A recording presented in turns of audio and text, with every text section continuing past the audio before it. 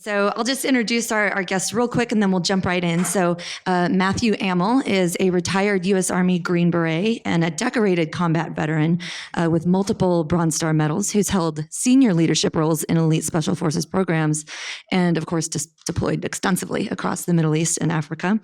And he's also served as a defense policy fellow for United States Senator Kyrsten Sinema, advising on defense policy, irregular warfare, critical threat vulnerability, and veterans' mental health. And then, of course, right here to my left, we have the lovely Kyrsten Sinema, a former United States Senator with an impressive track record of working across the political spectrum to accomplish things for the country and for Arizona. So thank you for being with us today, both of you. Wait, no one has introduced you. Oh, Daniel did before we came in. Good. We weren't paying attention because we were standard. Yeah. But actually, I think I'm going to jump right in. We only have 30 minutes, so we'll try to keep it kind of conversational. So if anyone starts filibustering, I know you think the filibuster is really important, and it is. But sparingly used. Yes, correct. So in this context, the others have permission to cut in. So let's start at the beginning, though, because agriculture is not usually the first word that comes to mind when we talk about national security, right? So I'm curious how you kind of got into this in the first place. What was it that made you realize that agriculture should be part of the national security conversation? Well, first, let me just say that I am not the expert on this panel about security and agriculture. I am interested, excited, and really learning a lot as we're kind of going through this process. But I'm not an expert. But I'll tell you, the first time I thought to myself, this is a national security concern, it was during the first couple weeks of COVID. So I was a sitting senator in Arizona, the senior senator, and what happened in southern Arizona in the early weeks of COVID was that the grocery stores were completely empty, like literally no food in small rural communities in southern Arizona. And I was, doing daily, weekly, sometimes more than once a day calls with mayors and local government officials throughout the state as folks were grappling with the crisis. And when I heard that there was like no food in any of these grocery stores, and folks couldn't even get up to Tucson or over to Yuma to get to the larger grocery stores, that's when it hit me that the supply chain was so vulnerable and it had been completely disrupted through this occurrence. And there wasn't a government solution. Like, there was no government solution. You guys, I ended up calling the LDS church. Yeah. I called the LDS church and I said, I know you have a lot of food. Can you put it on a truck and bring it down to southern Arizona and help feed the people of southern Arizona? And the LDS church did it. So from that point forward, I started thinking to myself about the fragility of our supply chains. And I know we'll come back to this later about other supply chains that I've been concerned with, but this is one that hit me in those early weeks of COVID.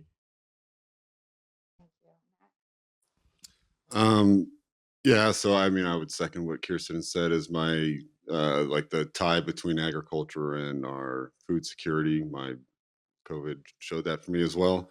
My interest in agriculture really came from deployments like my first deployment is I learned how ancient Mesopotamian flood irrigation system works by jumping over them wearing a heavy backpack, and my back still hurts from it. We were sitting in UAE in 2014 as the CENTCOM Crisis Response Force, and my senior engineer had a bunch of Joel Salatin's books, and Andy's an incredible human, and he's very smart on agriculture, and I read all of Joel Salatin's books, and we'd drive around the UAE, and I would just wonder if we got enough cow poop in the sand, if we could get grass to grow out there. And so that's kind of from deployment experiences, kind of how my interest in this work is. So how about you? My origin, I call it my villain origin story. Was it also the UAE? No. No, actually, it's very similar to yours, though. It was an experience of a supply chain disruption in the agriculture sector and realizing the impact that could have on people, right? So this was back in like late February, early March 2022. And I don't know how Daniel introduced me because, like I said, we weren't paying attention back there and we should have been. But if he didn't mention it, when I'm not at ASU doing professor things, my husband and I have a 500-acre farm outside the Phoenix East Valley. And then my brother-in-law right down the road farms about 1,500 acres. And back in February 2022, all of a sudden we couldn't get fertilizer. And in Arizona, that's planting season for an awful lot of stuff. So that was a really big problem. Agriculture can't absorb the same sort of supply chain disruptions or delays that other sectors can, because you've got to get the seed in the ground at the right time. It has to do with the weather. You got to get the fertilizer in the ground at the right time. All of that matters. The timing is really crucial. So we had about a 2.5-3 week delay before we were able to get it. And of course, the price was spiking out of control because people were experiencing this all over the world at the same time. So we ended up deciding not to plant, but my brother-in-law did. And he got it in the ground about 2.5-3 weeks late. And his yield that year was down by 30%. Now, if you know anything about farming, that's huge. That's a really bad year in the red, right? But you go to the bank, you explain yourself, you hope the next year is better. But it got me thinking about a couple of things that I really wanted to understand. One was the potential consequences of this, because if it had gone on a little longer, or if it had happened in, say, mid-May, when the entire Midwest was planting corn and soybeans and wheat, then we would have been talking about an economic crisis at a national scale, and we would have been talking about a food crisis at a global scale.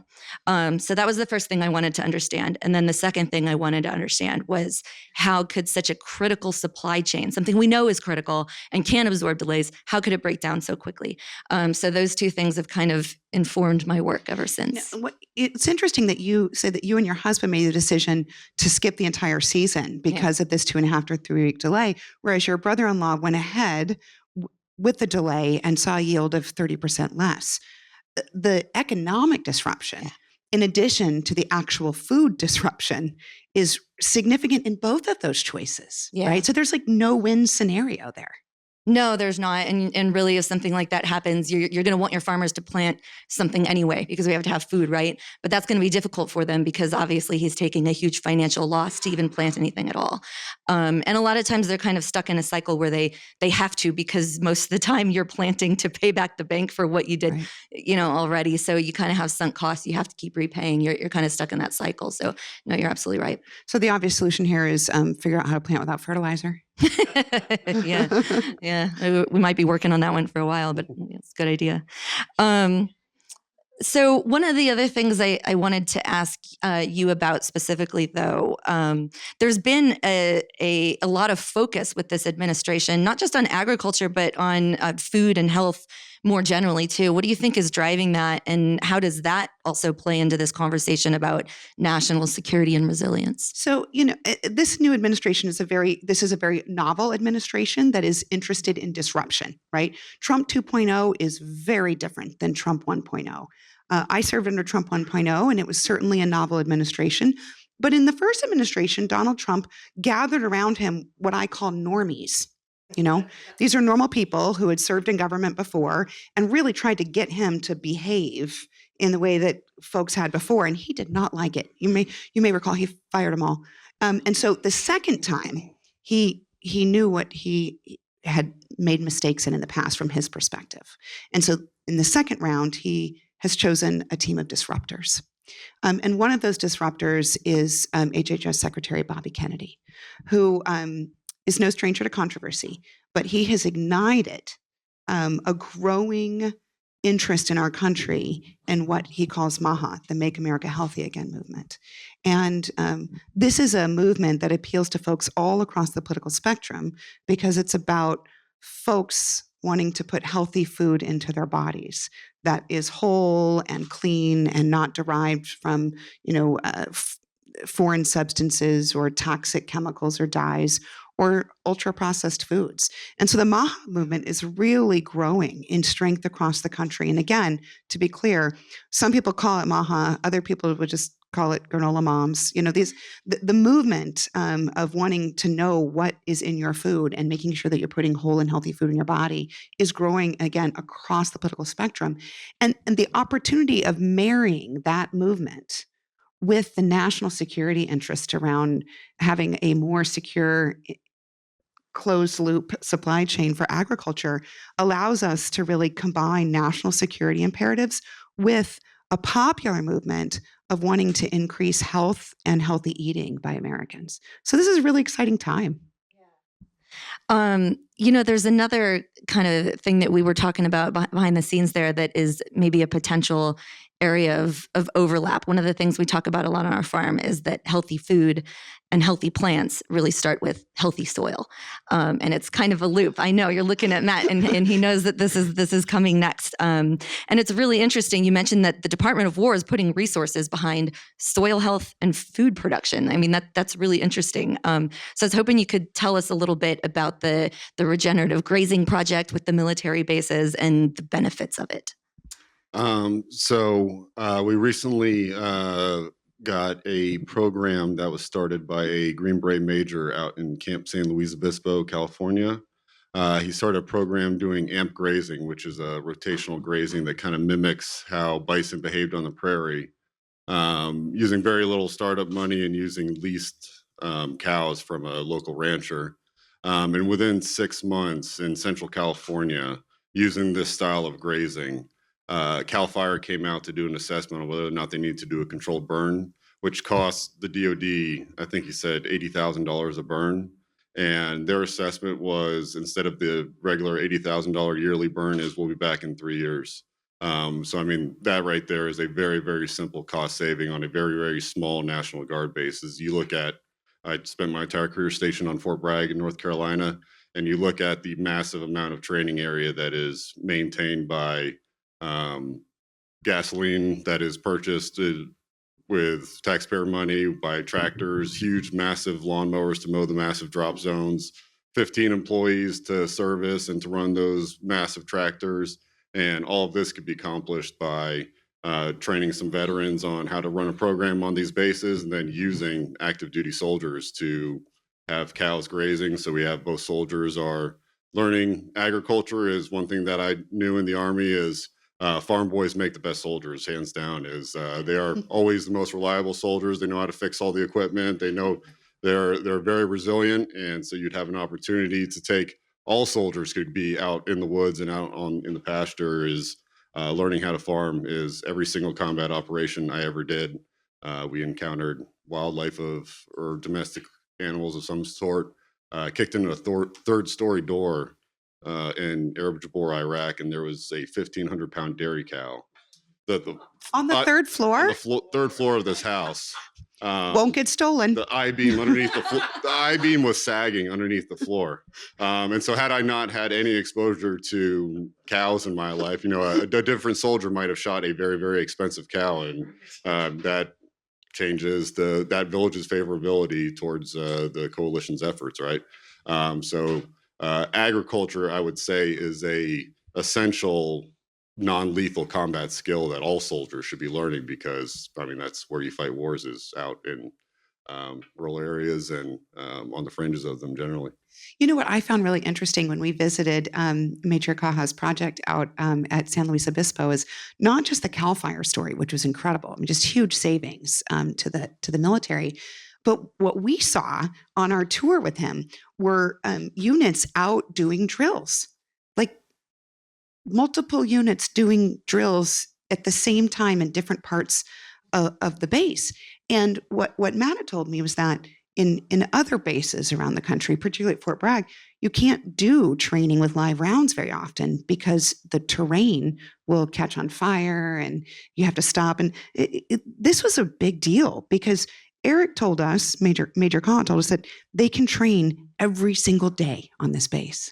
Now, the difference in military readiness of having a base where you can train every single day as opposed to having to take huge breaks for natural disturbances is just makes a huge difference. Yeah, absolutely. And the amount of time and money that goes into doing controlled burns on massive bases like Fort Bragg, I mean, all of this could be solved by a better grazing system on those bases. And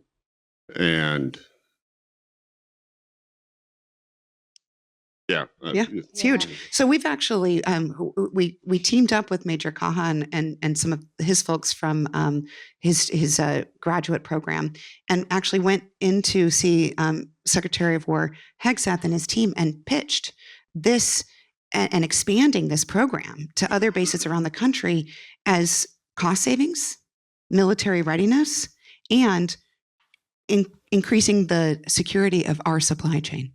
Can you imagine if we've got not only using these bases more effectively to train our soldiers, we're reducing our costs from risk of fire, and we're feeding the members of our active duty the very homegrown raised cattle from our own bases. I mean, this is amazing. Yeah, this is a really cool project. It is very I've always cool. thought agriculture overlapped with security in a lot of ways, but that was not something I had thought of. Me either. Yeah. I do want to bring the conversation back to supply chain security again, though selfishly, because that's what I'm most interested in, obviously. But your team did a lot of work on supply chains not that long ago in critical minerals. Is this something that you're also thinking about in the ag sector? Yeah. So when I was serving in the Senate, I spent a lot of time concerned about the fragility of our supply chain when it comes to critical minerals. We are entirely dependent on China for several portions of our critical mineral supply. And that, of course, is incredibly important from a national security perspective, because we can't build the chips and the little things that power anything with an on-off button in our whole country without China's cooperation. Right? That is not a place where we want to be in the long term. And so I spent a lot of time annoying the heck out of my colleagues, talking to them about the fragility of our critical mineral supply chain and how we were utterly, and still are, utterly dependent on volatile foreign sources who do not share our interests globally, that we are completely dependent on them for elements of the supply chain. And the same is true in our current food supply. The same is true. And so that's why when we first met, I was so excited because the parallels are so strong. And again, as I mentioned before, because of this administration's focus on MAHA and on America First and independence, onshoring, making sure that America is owning more of the supply chain, the work that you're doing around supply chain from an agriculture perspective fits right in to this work and is timely. Actually, I wonder if on some level that supply chain chart you made for critical minerals was like in the back of my head and it's part of this idea in the first place. It may very well be. I love it. But actually, one of the things I didn't mention when I was talking about that fertilizer disruption earlier, of course, one of the things I wanted to chase down afterward was how could this happen? And the answer was geopolitics, right? So, I mean, who remembers what else was going on in February 2022? Big geopolitical event. Yeah, Ukraine. Russia invaded Ukraine, right? So along with that came, of course, the blockade in the Black Sea. Both Ukraine and Russia export fertilizers, so that was part of the problem, right? Then, of course, you had Russia deliberately put export controls on their fertilizer that was going to the United States and some of its allies. But the real nail in the coffin was actually when they cut off the supply of natural gas to Europe, because it shut down all of Europe's ammonia plants, and you need ammonia to make nitrogen fertilizers. That's why we couldn't get it. But it wasn't something that our policymakers thought through in advance, right? Because how many people even knew that natural gas was the key ingredient as well as the thing that powers the process of making that fertilizer? Not very many. Why would you know that, right? But literally no one in Congress knows that. No one in Congress knows that. Okay, well, I should be getting this out there more. Well, and still that is where we're getting a lot of our nitrogen fertilizers from. So the U.S. is kind of sitting in a better place than most on this because we manufacture about 80% of our own nitrogen fertilizers here, but the other 20% is coming from China, Russia, and Belarus. I know that was not my idea.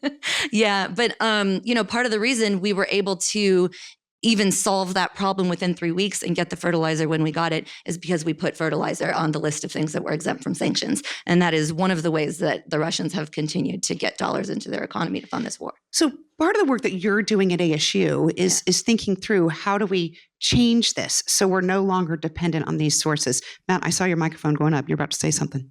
I was just going to chime in and say that the government trained me how to overthrow governments. And then since I retired from the Army, as I've got to see the inner workings of our government.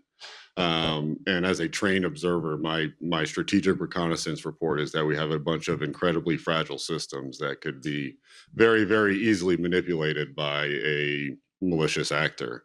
You look at the shortage in toilet paper during COVID that was created with a little bit of misinformation. If you were to do that with chicken or with beef, and you were able to create a rush on without even doing some kind of physical attack, which would be very, very easy given our system.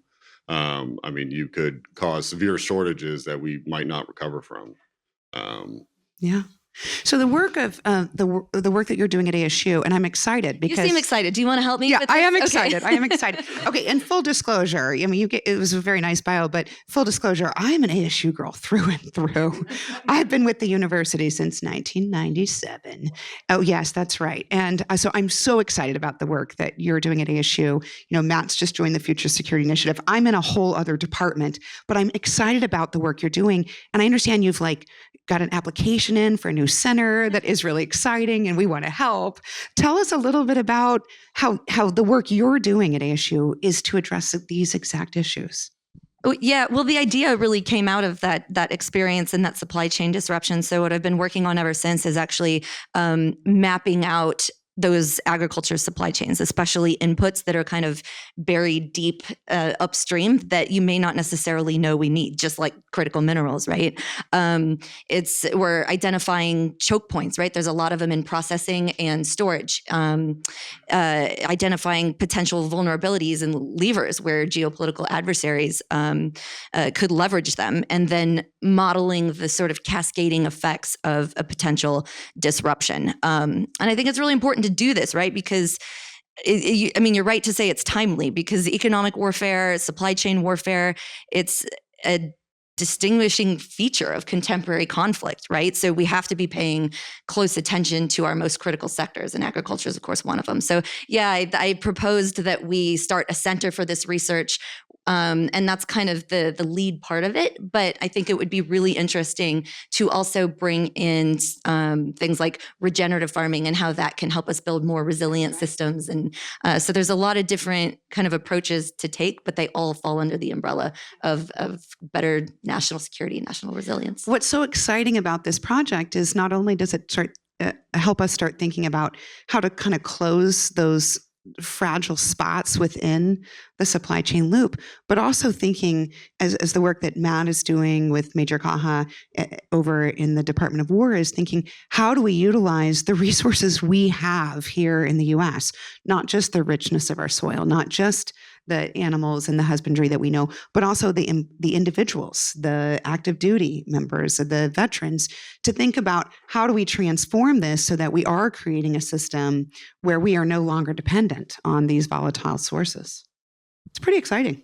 It is. If you look at it like this, is any society is 4 missed meals away from complete anarchy. And in the current system that we have, is we could very, very quickly be there. When you look at cities like New York or Chicago or LA, is if a major natural disaster, a meteor strike, a terrorist attack, something like that, is we could find ourselves, a lot of Americans, without food, and that's going to lead to complete chaos that I don't think that we have much of a plan for as it stands right now. She's going to fix it. That's what we're working on. Yeah. No, we're here to help. Wow, you're making promises for me. Just predictions. It's interesting how often COVID came up. One of the things that really stuck with me, John Tyson of Tyson Foods, right? One of the most important kind of manufacturers and distributors of food in the country, tried to raise the alarm bell. And he was quoted saying, "Our food system is breaking." That's a pretty intense thing for someone in that position to say. But you're right to point out that there's not a lot we've done differently, despite the warning signals that I think are being sent from this sector in a lot of ways. Yeah. We only have a few minutes left. So, about, I think 7 minutes left. She says 2. We have 2 minutes Okay. We have left. 2 minutes left. That's one easy question is what that is. Okay. All right. If anybody has an easy question, otherwise I'm just going to let you give She looks so closing nice. thoughts. She does look nice. Let's let her go. Is it on? Okay. Hi, I'm Dawn Massa-Stankiewicz, Massa Products Corporation. Listening to all the conversations today, and especially what you're saying right now, bringing in defense as well as food chain, and talking about COVID and what we all went through there, and the fragility of our supply chain. I'm wondering if you're also thinking in lines with what we're going through in defense with the industrial base as part of this, and AUKUS, because obviously agriculture and the bases, growing food or raising livestock on bases, there's also PFAS contamination. So there's other layers in the system that obviously, like PPPs, could come in and fix, so that the food is also healthier. You're cleaning up the bases at the same time, and you're lowering the costs to the taxpayers at the same time. But also with AUKUS, as we're increasing our supply chain of different goods, not just in defense, through the 3 nations. I just was wondering if you had any thoughts on that, or if there's opportunities to grow the program outside of where it is now. Yeah, super easy question. Thanks.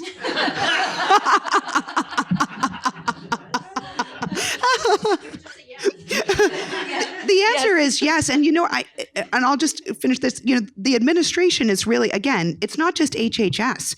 You've got HHS, Department of War, USDA working together, which you all know this. That is so rare to see those 3 secretaries and the departments working together, thinking about not just food supply, not just health around, but also PFAS contamination, really a whole of government approach, which is unusual in any administration, regardless of party. So I think the opportunity is yes.